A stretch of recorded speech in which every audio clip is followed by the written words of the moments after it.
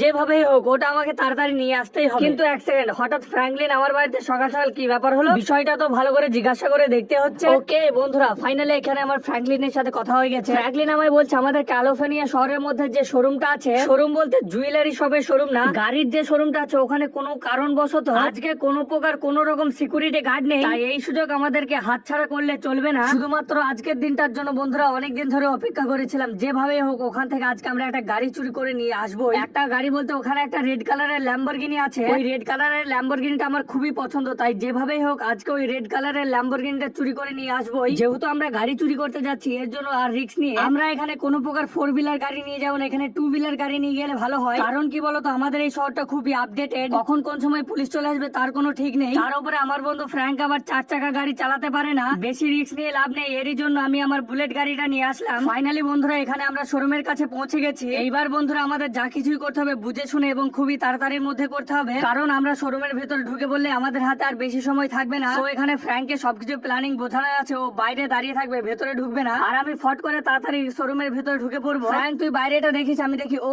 ভাই সাহেব গাড়িটা কিন্তু হেভি সুন্দর আছে। তাই বলে ভাই শুধুমাত্র একবার এই গাড়িটা চালানোর জন্য যে কতদিন ওয়েট করেছিলাম তোমাদের বলে বোঝাতে পারবো না। ভাই এখানে একটা প্রবলেম হয়ে গেছে, এই শোরুমের গেট দিয়ে গাড়িটা বার করা একটু কষ্টকর বিষয় হয়ে যাচ্ছে মনে হচ্ছে এখানে। কিন্তু ভাই এখানে হয়তো তোমরা জানো না আমি কিন্তু হেভি ড্রাইভার আছি, ড্রাইভ করতে কিন্তু বেশ ভালোই পারি। আর ফাইনালি আমাদের গাড়িটা এখানে বার হয়ে গেছে। এখানে বন্ধুরা ফ্র্যাঙ্ককে আমি ব্যাপারটা বুঝিয়ে বলে দিই, তুই এখান থেকে বুলেট গাড়িটা নিয়ে তাড়াতাড়ি ডাইরেক্ট বাড়িতে চলে যাবি, কারণ পুলিশের আক্রমণ হতে পারে। আর আমি গাড়িটা নিয়ে চললাম আমাদের সিক্রেট বেসে। ভাই এই ফ্র্যাঙ্ক মনে হয় ফাঁসবে, ওকে বললাম যে তুই বুলেট নিয়ে চলে যা, আমি এটা নিয়ে যা, আর ও এখনো ওখানে ঘুরুর ঘুরুর করছে। আর এই গাড়িটা যেহেতু খুবই দামি তাই গাড়িটা জিপিএস ব্যাগারে লাগানো থাকতে পারে, তাই বেশি রিস্ক না নিয়ে এটাকে ডাইরেক্ট জঙ্গলের ভিতর ঢুকিয়ে দেবো। আরে সেট সেট সেট, সামনে দিয়ে পুলিশের গাড়ি, তো পুলিশ মনে হয় হঠাৎ করে জানতে পেরে গেছে এবং ওরা আমাকে চেজ করছে। আরে আরে আরে, এরা তো ডাইরেক্ট ফায়ারিং করছে, একে এখন এক ধাক্কা দিয়ে মেরে দিতাম। শহরের ভিতরে থাকলে এরা হয়তো আমার পিছন ছাড়বে না। এই দেখো এখানেও সামনে দিয়ে পাক দিচ্ছে, তাই আমরা ডাইরেক্ট চলে যাব জঙ্গলের দিকে। তোমরা কম বেশি সবাই জানো আমার জঙ্গলের ভিতরে একটা সিক্রেট ঘর আছে। আমি তো ভাই এখানে যেভাবে সেভাবে সিক্রেট ঘরের কাছে পালিয়ে আসলাম। ওদিকে ফ্র্যাঙ্কের কি অবস্থা কিছুই তো বুঝতে পারছি না। ফালতু ফালতু বেশি রিস্ক নিয়ে লাভ নেই, গাড়িটাকে ডাইরেক্ট এই গ্যারেজের ভেতর পার্ক করে দেবো। কারণ ভাই তোমরা কম বেশি জানো এর আগে একবার আমার এই বাড়ির সামনে থেকে আমার অটো গাড়ি চুরি হয়েছিল, আর এটা হলো একটা লাক্সারি ল্যাম্বরগিনি, তাই চুরি হবে না এমন কোনো কথা নেই। তাই সবসময় সেফটি ভাবে গাড়িগুলো রাখা ভালো। আরে হঠাৎ করে কি ব্যাপার, পুলিশ স্টেশন থেকে কল?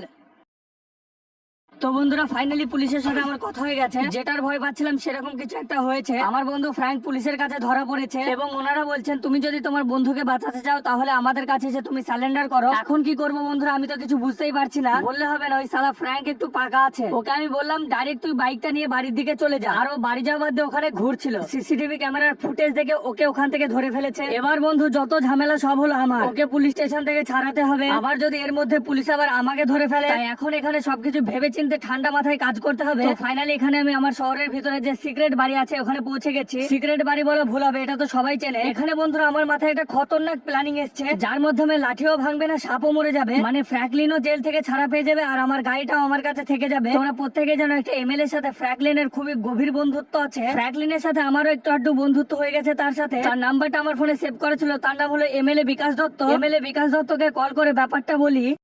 ফাইনালি বন্ধুরা এমএলএ বিকাশ দত্তর সাথে আমার কথা হয়ে গেছে। এমএলএ সাহেব বললেন তুমি ডাইরেক্ট থানায় যাও, আমি ফোন করে বলে দিচ্ছি। বিকাশ দত্ত বললেন ওখানে তোমাকে কোনো পুলিশ অফিসার কিছুই বলবেন না। ভাই গাড়িটা গ্যারেজের মধ্যে থাকলো, আমি এখন আমার বুলেট গাড়িটা নিয়ে যাবো পুলিশ স্টেশনের মধ্যে। আমার যে আর একটা বুলেট গাড়ি আছে সেটা যে ফ্র্যাঙ্কলিন কোথায় রেখেছে কি জানি, সেটাও হয়তো পুলিশ অফিসাররা পুলিশ স্টেশনে ধরে নিয়ে গেছে নাকি তাও কোনো ঠিক নেই। তো বন্ধুরা আমি তো এমএলএ বিকাশ দত্তর কথা মতো পুলিশ স্টেশনে চলে এসেছি। এখন যে ভাই ভেতরে গিয়ে কি হবে কোনো ঠিক নেই, আমার তো ফেটে যাচ্ছে ভয়ে। চলো যা হবে দেখা যাবে, একদম ডাইরেক্ট পুলিশ স্টেশনের ভিতরে চলে যায়। আরে বন্ধু ফ্র্যাঙ্কলিন তুই এই জেলের ভিতরে বন্দি আছিস, তুই বেশি ফালতু ফালতু চাপ নিস না। আমি এমএলএ সাহেবের সাথে কথা বলেছি, উনি বলেছেন যে পুলিশ অফিসাররা তোকে এখান থেকে ছেড়ে দেবে খুবই তাড়াতাড়ি। যাই হোক বন্ধুরা চলো এবার ডাইরেক্ট গিয়ে পুলিশ অফিসারদের সাথে কথা বলি। তো ফাইনালি বন্ধুরা এখানে পুলিশ অফিসারের সাথে আমার কথা হয়ে গেছে। এনারা বলছেন বিকাশ দত্ত এদেরকে ফোন করেছিল, ওনার সাথেই সব কথা হয়ে গেছে। শুধুমাত্র তোমরা যে গাড়িটা চুরি করেছিলে ওই গাড়িটা এখানে ফেরত দিয়ে তোমার বন্ধুকে ছাড়িয়ে নিয়ে যাও। তাহলে বন্ধুরা এখানে আর কিছু করার নেই, বন্ধুকে বাঁচানোর জন্য যদি গাড়ি ফেরত দিতে হয় তাতেও রাজি আছি আমি। চলো যেখানে গাড়ি ফেরত দিয়ে দিতে হবে ডাইরেক্ট যাবো বাড়িতে এবং বাড়িতে গিয়ে গাড়িটা নিয়ে চলে আসবো। তো ফাইনালি বন্ধুরা আমি আবার চলে এসেছি আমার সেই মেন বাড়িতে। অনেক স্বপ্ন নিয়ে ভাই গাড়িটা চুরি করেছিলাম, ভেবেছিলাম হয়তো গাড়িটা সবসময় এখানে পার্ক করা থাকবে, যখন ইচ্ছা হবে যখন মন হবে তখন চালাবো, আবার এখানে নিয়ে এসে রাখবো, ঘুরতে যাবো। প্ল্যানিং ভাই সবকিছু সঠিক মতো কাজ করছিল, কিন্তু ওই শুধুমাত্র ফ্র্যাঙ্কলিনের জন্য আমি এখানে ফেসে গেলাম। চলো কিছু করার নেই, যাই গাড়িটা পুলিশ স্টেশনে পার্ক করে দিয়েছে, ফ্র্যাঙ্কলিনকে ছাড়িয়ে নিয়ে আসি। ফাইনালি বন্ধুরা এখানে পুলিশ স্টেশনে চলে এসেছি। এদের কথা অনুযায়ী এখানটায় পার্কিং করতে বলা হয়েছিল আমাকে, গাড়িটা এখানে পার্ক করে দিলাম। এবার চলো অফিসারদের বলে জেল থেকে বার করে নিয়ে এসে ফ্র্যাঙ্কলিনকে। সো এখানে অফিসারদের সাথে কথা হয়ে গেছে, এনারা বলছেন যাও তোমার বন্ধুকে রিলিজ করে দেওয়া হয়েছে, এবার বাইরে বার করে নিয়ে বাড়ি চলে যাও। আর ওখানে পুলিশ অফিসাররা বলছিল দ্বিতীয়বার যদি তোমাদেরকে আবার ধরা হয় তাহলে কোনো এমএলএ টেমএলএ এর কথা শুনে তোমাদেরকে আর ছাড়া হবে না। তাহলে ভাই এখন যা কিছুই করতে হবে বুঝে শুনে করতে হবে। আজকের ভিডিও এই পর্যন্ত, যদি ভালো লাগে লাইক সাবস্ক্রাইব আর কমেন্ট করতে ভুলবেন না। Bye bye.